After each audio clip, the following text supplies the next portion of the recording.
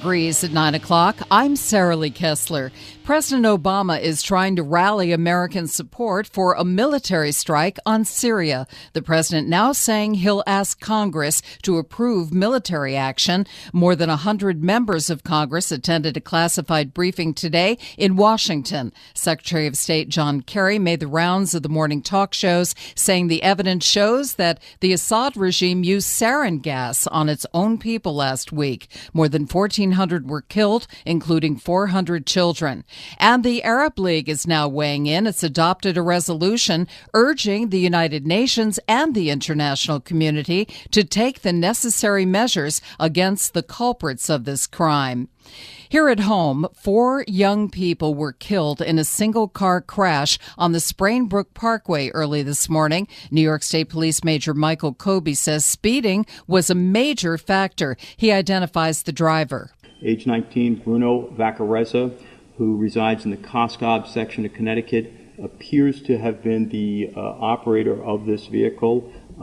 He is listed on the rental agreement as having rented the vehicle with a co-renter in Stamford on August the 12th.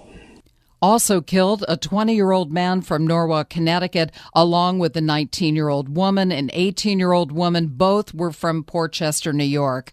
On Long Island, cops are looking for a rapist who sexually assaulted a woman in her 60s in broad daylight Sunday as she walked on a hiking trail in Valley Stream State Park. 95-year-old Nelson Mandela is back home, perhaps preparing for his final journey. He was discharged from a hospital in South Africa earlier today and transported to his home in Johannesburg, which has a fully equipped intensive care unit. Right now, it's 76 degrees under partly cloudy skies with a chance of rain or scattered thunder showers tonight and tomorrow into Labor Day. Next news at 10. Breaking news as it happens on New York's only local news talk station, 710 WOR. I'm Sarah Lee Kessler. The following is a paid program. WOR's airing of this program constitutes neither an endorsement of the products offered or the ideas expressed.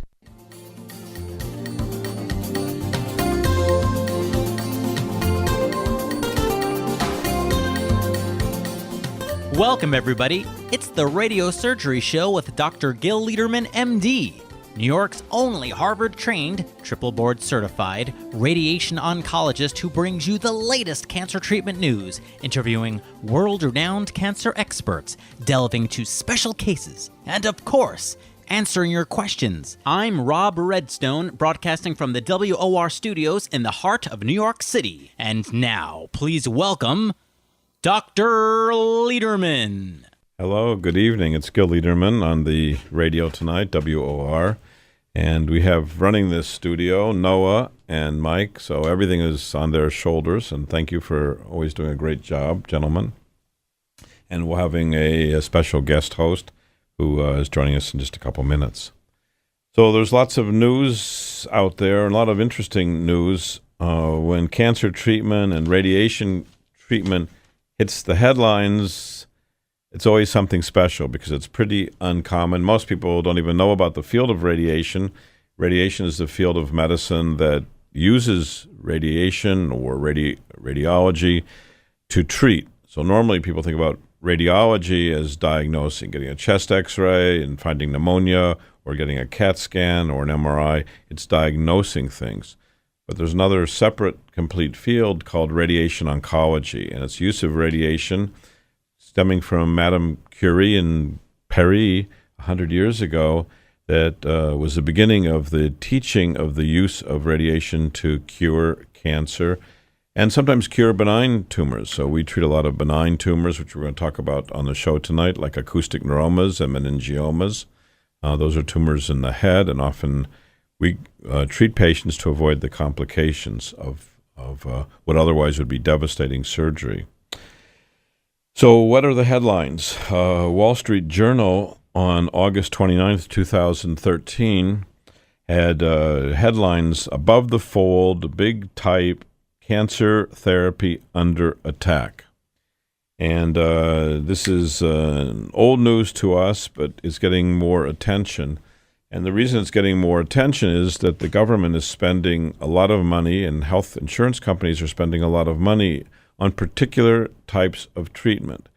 And believe me, the government knows exactly where the money's going, and they follow where the money's going and how much is being spent for particular diagnoses or particular therapies.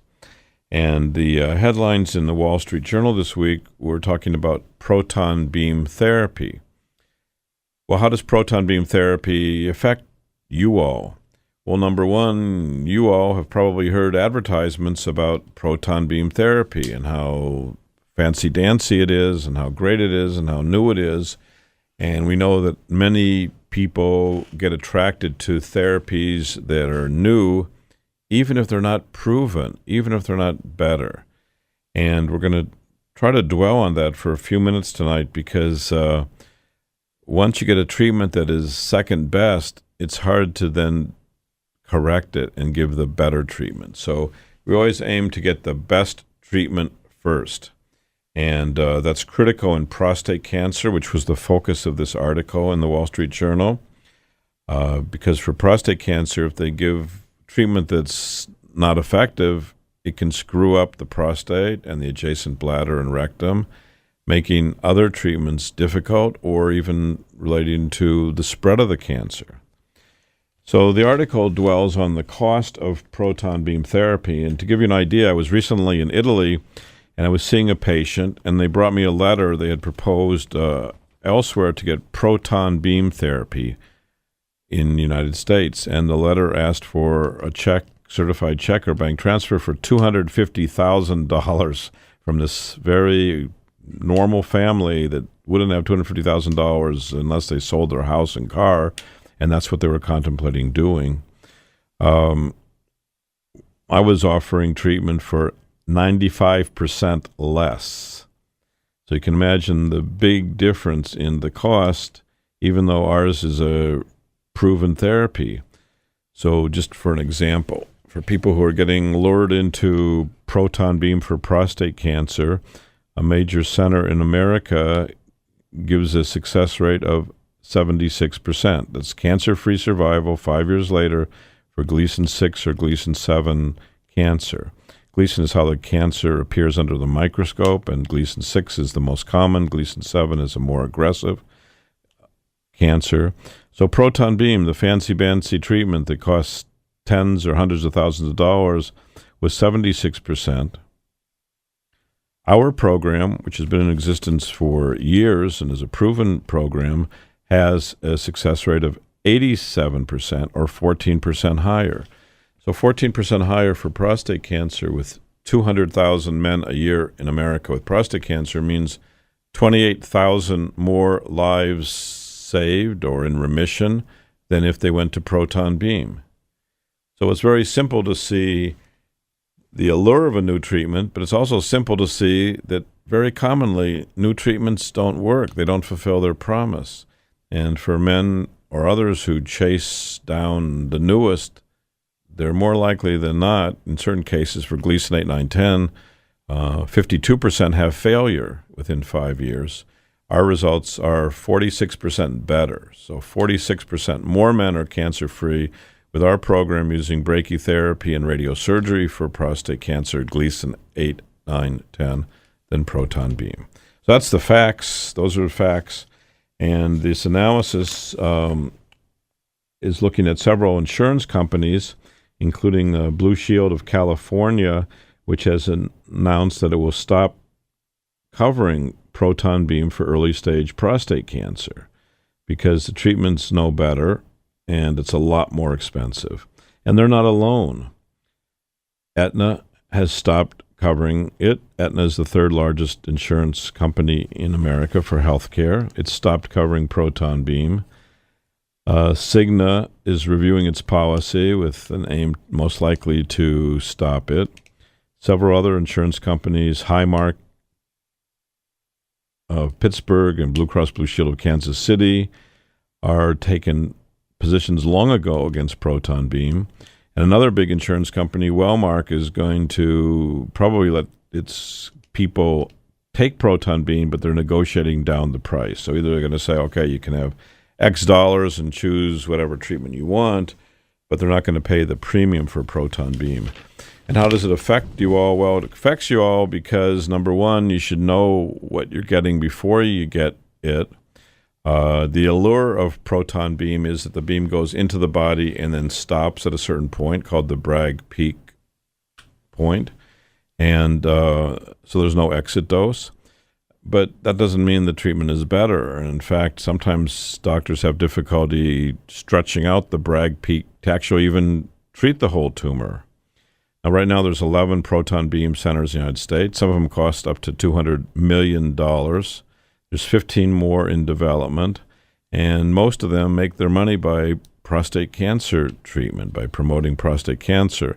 And many specialists in the field believe proton beam for prostate cancer is experimental. It's not proven, and that proton beam should only be done under experimental protocols.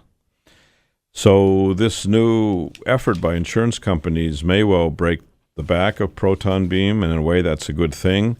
Proton beam has been around for about 60 years, and there's never been one study that has shown benefit over the other kind of radiation, which is photon or ionizing radiation.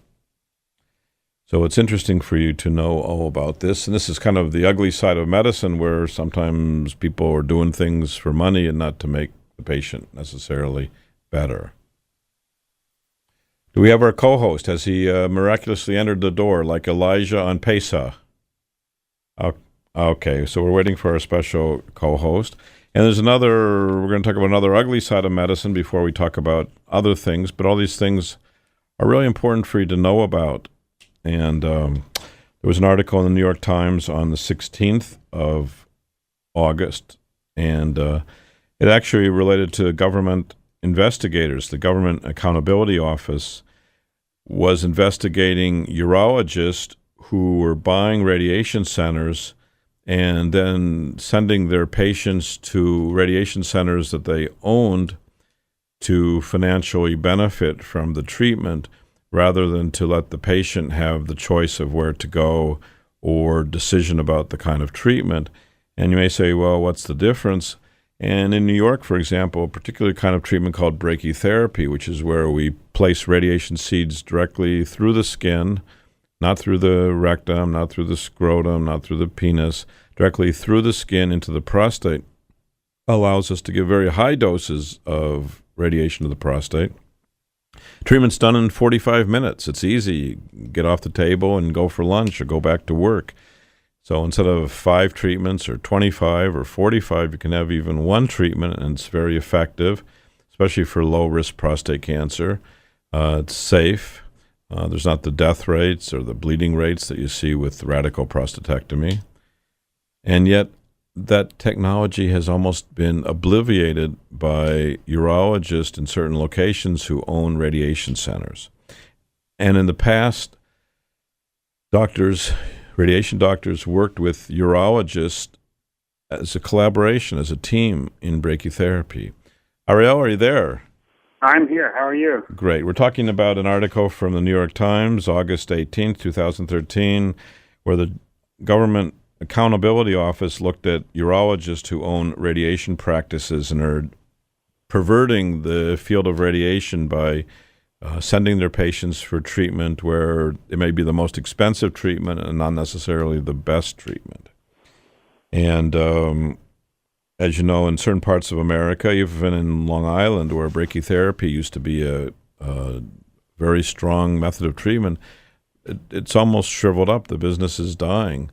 And it's not because the treatment is less good. So we've seen two things tonight. One is proton beam centers, which are being built, even though there's no data showing it's better.